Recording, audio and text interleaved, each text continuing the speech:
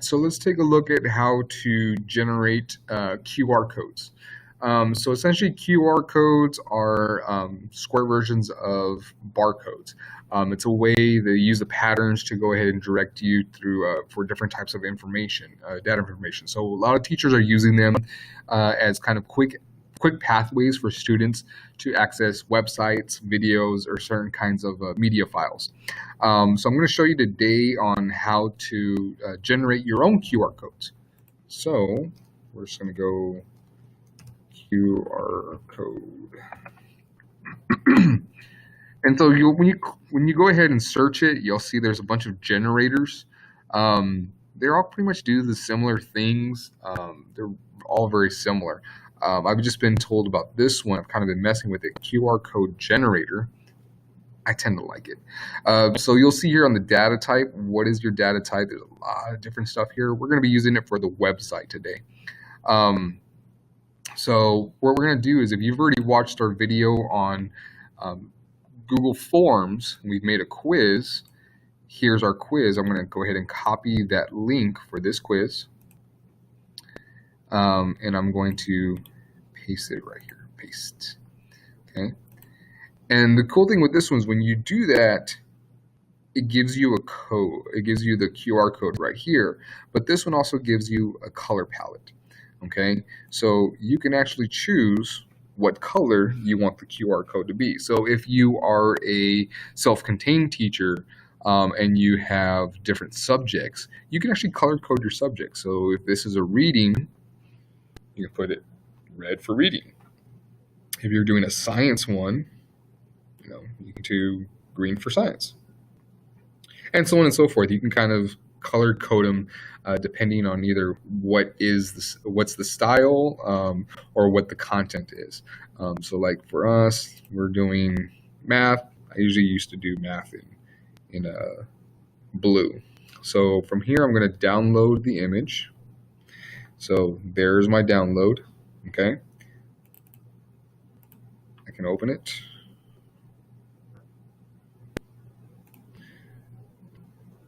Actually, there it is. Okay, so here's my image. Now it's saved. It's either saved in my downloads or it's saved to my desktop. And from here, I can just copy and paste it to wherever I want to. I can make it into a card. I can print it out like on a PowerPoint slide. I can copy it and put it in a PowerPoint, a poster, kind of wherever I want to have access, just to access the QR codes. All right, so let's see here. Just a real quick information on troubleshooting QR codes. If you are using iPads and you're using a QR code reader, what ends up happening sometimes it doesn't want to pick up. What you have to do is you have to double click the home button, which is a little circle button in the front. The window will minimize and then you can just swipe it away. What you're doing there is you're restarting the app. And you can open it up and then scan again. Usually that's what happens, or the kids are doing this with the iPad. It's kind of like shaking everywhere and they can't get a good read on it. If you're also using an iOS device, that means an Apple device, so an iPhone, iPad, you don't even have to have a QR code reader anymore. You can actually just open up the camera itself and then just point it in the direction of this QR code, and then a little window will pop up towards the top of the screen. You just tap on it and it sends you straight to where you need to be. All right, so let's take a look at some what we can use QR codes for. So this is an example of what we used in my classroom. You'll notice here that I have several different little cards that I made on PowerPoint.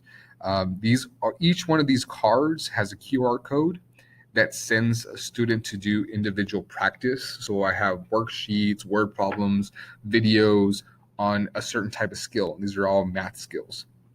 So the student already knows, hey, I'm struggling with expressions, order of operations. So I need to come over here and find the one on my downtime, scan it, and get some extra practice on my own. None of these things are graded. These are just strictly for the students to get more practice. So you'll notice also some of them have these little dots, these little bubbles. Those are your readiness standards. So on the little bubble says super duper important. So even if they didn't know what they needed to work on, they're like, well, Mr. Rod, I've already worked on my stuff. Well, then go work on one of the super duper important ones. Down here, these are different flashcards for vocabulary. So you can actually click on it. It sends them to a website that we've made vocabulary cards, or it sends them to a website that's already been created, like through a Google folder that has PDFs of vocabulary words so they can practice on their own. And you'll notice off here on the side, we have Nearpod codes but I could also have just as easily taken these and made them into QR codes. So we'll get rid of that. This is one thing that we've done in our class. So we've created these posters. Every teacher on my campus was required to select a university to showcase to students to raise awareness on different universities. I chose universities that were not within the state of Texas, but they're just quick little posters that I've made using PowerPoint, and just made them, download them into PDFs, and throwing in the QR codes just like what we did earlier. So like we can put this out the hallway and kids could scan these, and these videos just lead to different little things that are found on YouTube or websites, little videos of the song Call Me a Duck, some information about the duck itself. I have some also for West Point. So kids are interested into it, they can see, they can follow the day in the life of, a first year, second, third, fourth year, a cadet, as well as what is the GOAT? Our last is your first. So some information about that. University of Notre Dame, again, I can throw in the QR codes, however many I want, wherever I want. It just kind of gives them, so I don't have to jam pack a poster filled with information.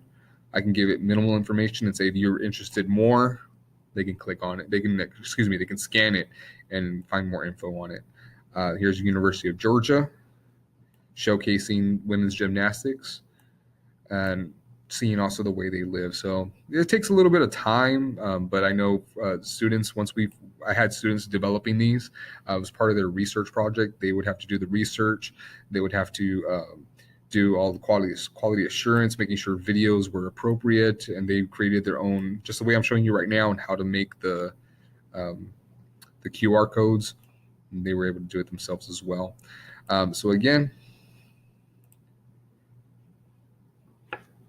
you can just, using that website, the QR stuff, or any other QR code generator, you can download them, you can save them, you can write down exactly what they're supposed to be for. When you save them onto your desktop, I would probably put that, save the file as to what does it actually mean. So this code, when I download it, when I say what it is, I can say this is math, this is reading on this date, or say whatever specific file it's for. So that way it's just a little bit easier. And then